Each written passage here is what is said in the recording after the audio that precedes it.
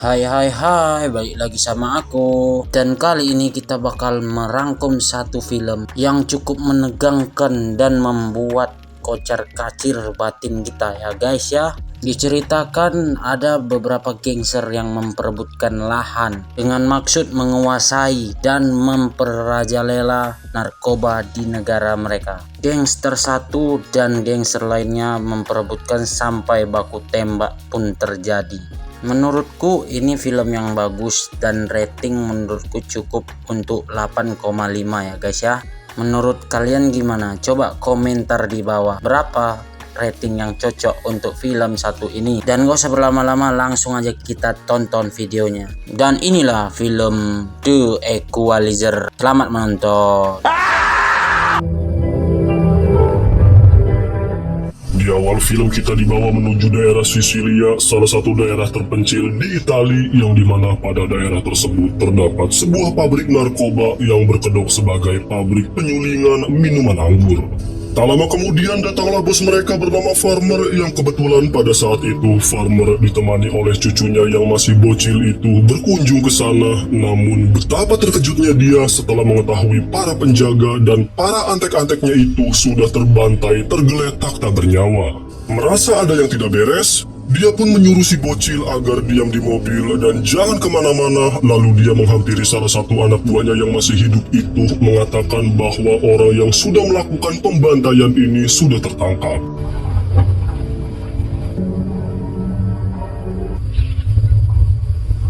Ya, ternyata pelaku dari pembantaian tersebut tidak lain dan tidak bukan yaitu Mamang Robert yang dengan santuinya dia berkata bahwa Farmer harus menutup pabrik haramnya itu, kalau tidak, Robert akan menutupnya secara paksa.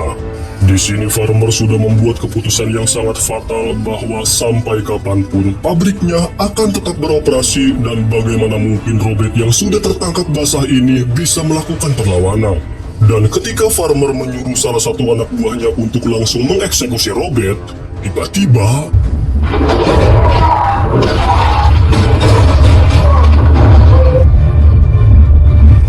dengan kemampuan skill membunuh yang cepat, Robert pun berhasil menghabisi semua anak buahnya yang hanya menyisakan dirinya saja. Sebelum membunuh Farmer, Robert menyiksanya terlebih dahulu, dimulai dengan menembak boolnya,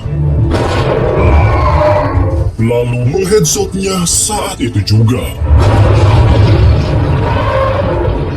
Dan inilah The Equalizer Chapter 3 2023.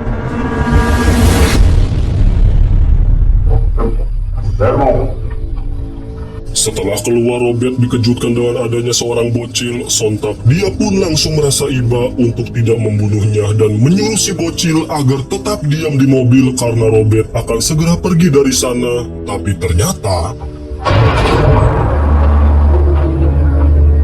ya, bangsatnya dia malah menembak Robert dari arah belakang dengan menggunakan shotgun yang ada di mobil. Kemudian si bocil kematian itu langsung kabur entah kemana. Tembakan tersebut ternyata telah mengenai punggung Robert. Alhasil Robert pun langsung knock sambil meletakkan pistol ke arah kepalanya sendiri. Dia berniat ingin bunuh diri, frustasi dengan luka tembak yang ada di punggungnya itu, karena cepat atau lambat Robert pasti akan tetap mati kehabisan darah. Menyadari tindakannya itu adalah tindakan yang sangat tolol, karena jika dia mati, lalu siapa yang akan melindungi para warga dan siapa yang akan menghadapi para mafia? Karena seperti yang kita tahu bahwa arti The Equalizer di dalam film ini adalah mengangkat orang yang tertindas dan menenggelamkan orang-orang yang buas. Itu. Meskipun kondisinya sedang terluka parah, Robert memutuskan pulang menuju apartemennya yang ada di daerah Boston, Italia, dan untuk sampai ke sana, Robert harus menyeberang menggunakan kapal feri terlebih dahulu. Beberapa jam kemudian kondisi Robert pun semakin parah sampai ketika sudah keluar dari pelabuhan, lalu di pinggir jalan terlihat Robert akhirnya tumbang juga. Beruntung tak lama kemudian ada salah satu polisi setempat yang sedang berpatroli. Kemudian setelah memeriksanya, ternyata Robert masih hidup tetapi kondisinya itu sedang sekarat. Tanpa buang-buang waktu, Pak polisi yang bernama Gio Bonucci ini langsung membawa Robert menuju kampung halamannya di daerah Altomonte, Itali. Kebetulan di sana ada seorang dokter yang bernama Enzo Arisio. Dengan senang hati, Pak dokter bersedia menolong Robert dengan langsung melakukan operasi darurat saat itu juga untuk mengeluarkan peluru yang masih bersarang di punggungnya.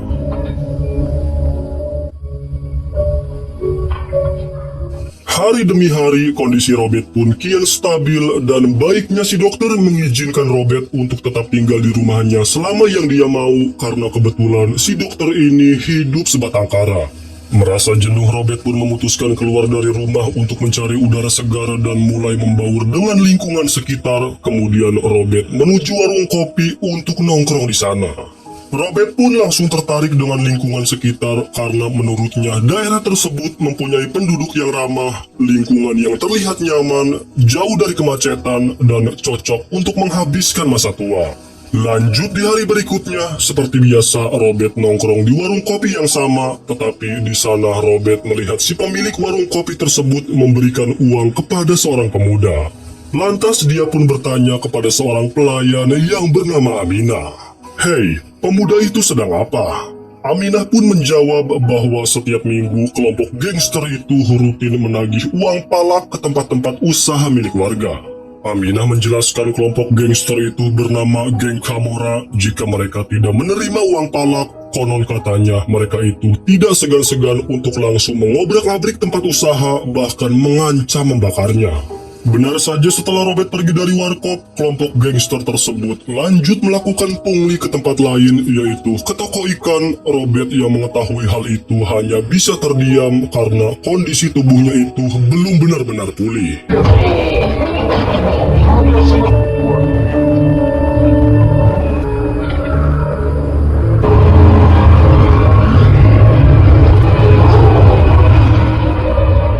Setelah dari sana mereka menyusul seorang pria bernama Vincent Quaranta yang sedang meminta palak kepada salah satu pengusaha lokal, dan karena si pengusaha tidak memberikan uang palak, dengan sadisnya Vincent menyuruh anak buahnya untuk melempar bokapnya si pengusaha yang sedang lemah tak berdaya di kursi roda itu terjun dari atas gedung sebagai bentuk peringatan.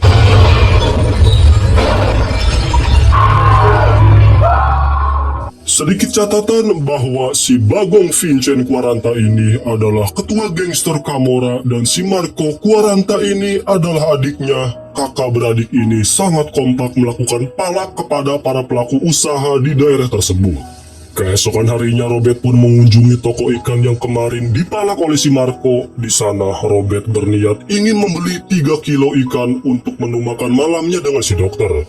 Tetapi ketika Robert akan membayarnya, si penjual ikan ini menolak untuk dibayar karena menurut si penjual ikan, tradisi mereka ini selalu memberikan harga gratis di awal kepada setiap pelanggan baru yang datang ke toko mereka.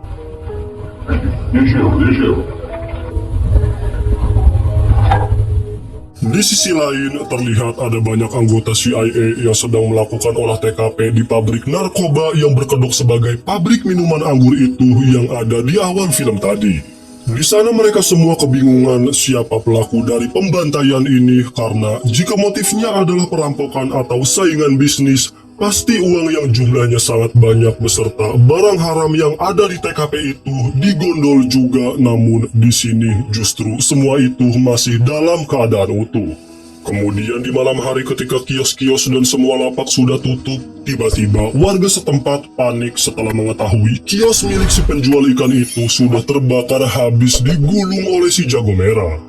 Robert yang melihat kejadian naas itu pun tidak bisa berbuat banyak. Dia menduga bahwa pelakunya itu pasti komplotan geng Camorra yang terlihat dari kejauhan. Mereka semua petang-tang peteng-teng sambil menyaksikan kebakaran.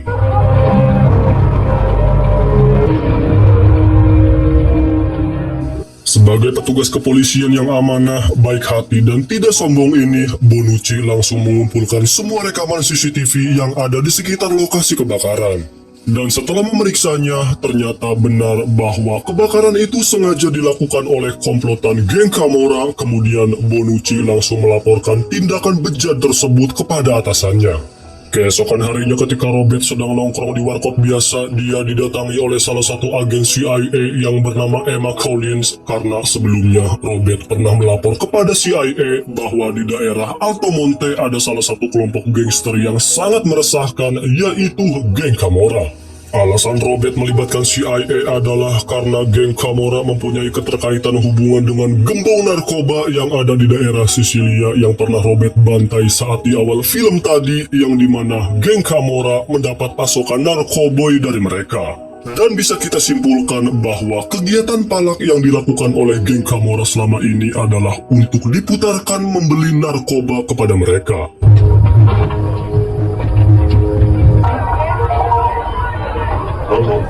Kita kembali ke Bonucci yang sedang menunggu anaknya pulang sekolah. Di situ Bonucci mendapat telepon dari komplotan Camorra yang mengatakan bahwa anaknya itu sudah sampai rumah.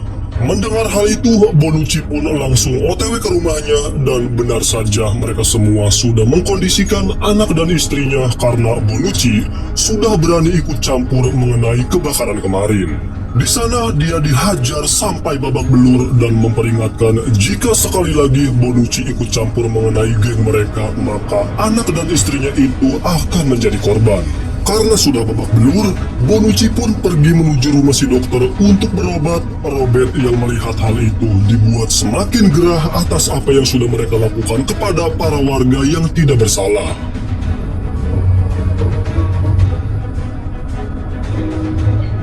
Kemudian di malam hari ketika Bonucci dan keluarganya itu sedang makan malam di sebuah restoran, dia kembali didatangi oleh geng Camorra. Tujuan mereka mendatanginya adalah mereka meminta kepada Bonucci agar menyiapkan sebuah perahu patroli yang akan digunakan untuk COD barang haram dengan beberapa konsumen mereka. Robert, yang kebetulan sedang ada di sana, mendengar obrolan mereka. Marco yang merasa dirinya sedang diawasi itu pun langsung menghampiri Robert. Marco memberi peringatan kepada Robert bahwa jika tidak mau babak belur seperti Bonucci, maka jangan pernah mencampuri urusan mereka. Dengan santuinya Robert tidak gentar sedikit pun karena Robert tahu bahwa dirinya itu jauh lebih buas ketimbang bocah kemarin sore yang sok keras ini.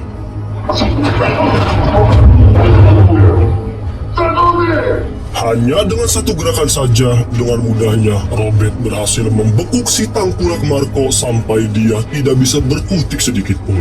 Robert menyuruh Marco agar memerintahkan semua kawanan gangsternya itu supaya keluar dari restoran, dan Robert meminta Marco agar menyerahkan pistol yang dia bawa.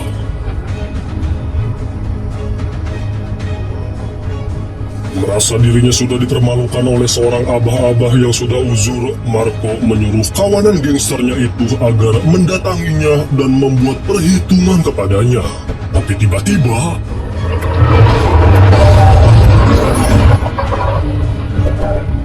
ya, tidak perlu repot-repot untuk mendatangi Robert, yang ada justru kini Robertlah yang mendatangi mereka semua. Setelah dua temannya modar, Robert membantak salah satu di antara mereka dengan sebuah botol hingga tewas saat itu juga. Lanjut Robert mematahkan tangannya si Marco dengan teramat sangat brutal, kemudian dengan sebilah pisau yang berhasil dia rebut langsung membantai Marco di tempat.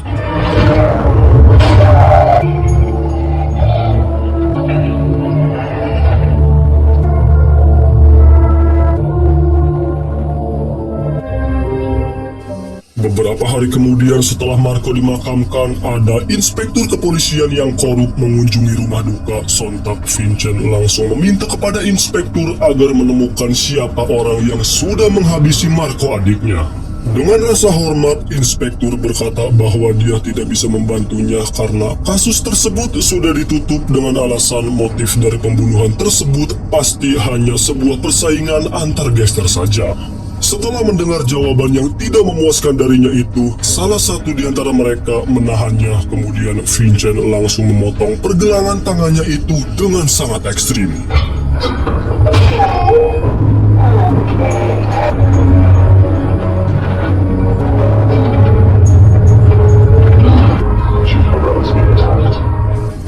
Sementara untuk kelompok CIA, mereka terus menggali kasus tentang jaringan narkoba dan mereka berhasil menemukan barang haram tersebut di daerah lain dengan jumlah yang sangat banyak. Akan tetapi,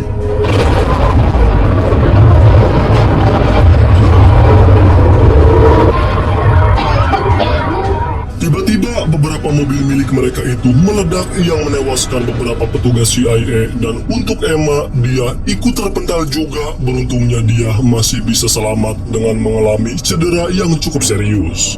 Kemudian di malam hari, Bonucci, si polisi yang malang itu, harus kembali dijadikan santapan rohani oleh geng Camorra, di mana ketika semua warga sedang beristirahat mendengar suara Vincent yang terus-terusan berteriak itu pun, mereka semua keluar dari rumah. Di sana Vincent bertanya kepada semua warga agar mengaku siapa yang sudah membunuh Marco adiknya. Jika tidak ada yang mengaku juga, Vincent mengancam akan membunuh Bonucci. Di situ semua warga tetap diam, mereka malah beramai-ramai merekam momen tersebut dengan menggunakan ponsel mereka masing-masing. Di tengah kericuhan tersebut, datanglah Robert sambil membawa pistol di kedua tangannya dan mengaku bahwa orang yang membunuh Marco adalah dirinya. Jika Vincent ingin menangkapnya, silakan saja asalkan dia bersedia untuk melepaskan Bonucci. Setelah mengetahui siapa pelaku yang sudah membunuh Marco dan karena takut dirinya auto FYP jika melakukan pembunuhan, maka Vincent and the gang memutuskan untuk segera cabut dari lokasi dengan tangan kosong.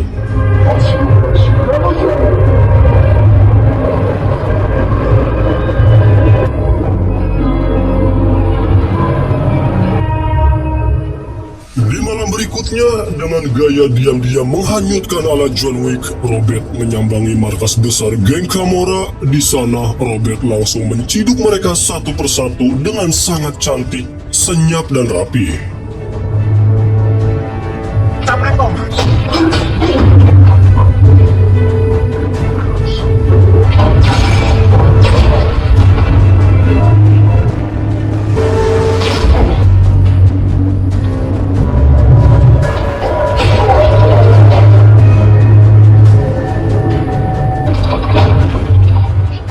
Ketika satu persatu anak buahnya itu sedang dibantai oleh Robert, terlihat Vincent. Dia sedang tertidur. Tetesan darah yang ada di plafon kaca itu terus menetes mengenai wajahnya sampai dia terbangun.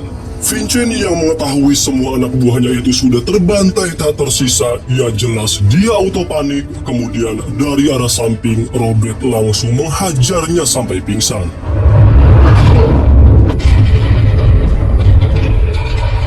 Setelah sadar dirinya yang sudah dalam posisi terikat itu, dengan santainya Robert berkata bahwa inilah ganjaran yang setimpal untuk Vincent.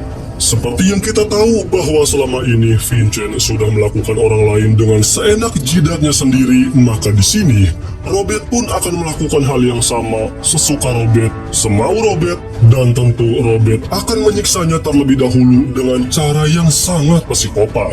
Pada saat Vincent dalam kondisi pingsan, ternyata Robert telah mencekokinya dengan puluhan butir pil Eximer, Tramadol, Double H, dan 3X dengan tujuan dalam hitungan 6 menit lagi, Vincent pasti akan mati tersiksa karena overdosis. Setelah itu, Robert melepas ikatannya dan menyuruhnya agar bebas pergi sejauh yang dia bisa. Dengan langkah gontai tak terarah, Vincent pun berhasil keluar dari markas, lalu kemudian... Meskipun sudah tertabrak mobil, si bebenguk Vincent ini masih bisa bertahan juga. Lalu setelah waktu sudah mencapai batas 6 menit, akhirnya Vincent pun is dead.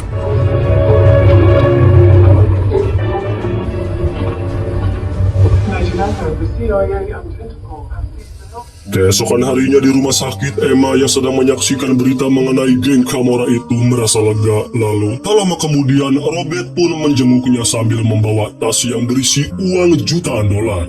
Robert menjelaskan bahwa uang tersebut dia ambil dari markas Camorra untuk mengganti uang pensiunan milik sepasang lansia yang pernah dipalak oleh geng Camorra beberapa waktu yang lalu.